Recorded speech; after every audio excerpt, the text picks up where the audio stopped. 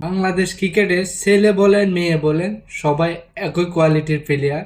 কারণ কালকের ম্যাচটা আপনি দেখছেন মেয়েদের, যে তাদের জিতে একটা ম্যাচ ছিল। একটা ম্যাচে যদি আপনি 4-5টা ক্যাচ মিস করেন, ওই ম্যাচটা কখনো আর আপনার এগেনস্টে থাকে না। কারণ যে ক্যাচগুলো ছাড়ছে বাংলাদেশ মহিলা টিম, আসলে এগুলা ক্যাচ ছাড়ার মতো ছিল না। ম্যাচটা ওইখানে শেষ হয়ে গেছে যখন ক্যাচটা মিস হয়ে গেছে। আর ডিগলার ডিগলার যে সাউথ আফ্রিকার প্লেয়ার, ও লাস্ট ওভারে মারবে 6-4। তাহলে বাংলাদেশের দেখে ফিল্ডিং সাজাইছে কিভাবে, সিঙ্গেল বাঁচানোর জন্য।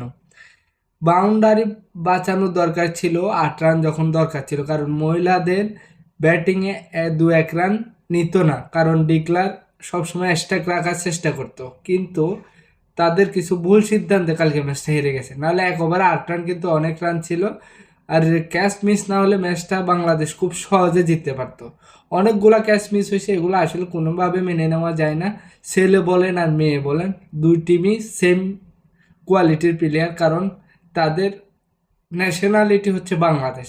এই বাংলাদেশে খেলা মানে তাদের এই ভুল। তারা যে কোয়ালিটির ম্যাচ খেলে, আসলে এই কোয়ালিটির ম্যাচ দিয়ে ওয়ার্ল্ড কাপ বা ভালো কোনো পারফরমেন্স আশা করা যায় না। দুর্দান্ত ব্যাটিং ছিল কালকে, দুর্দান্ত ব্যাটিংয়ের পরও বাংলাদেশ বাঘিনীরা যে ফাইট করছে, কিন্তু ম্যাচটা তাদের এগেনস্টে থাকার কথা ছিল, কিন্তু তারা ধরে রাখতে পারে না। শেষ পর্যন্ত ম্যাচটা সাউথ আফ্রিকা জিতে নিয়ে গেল।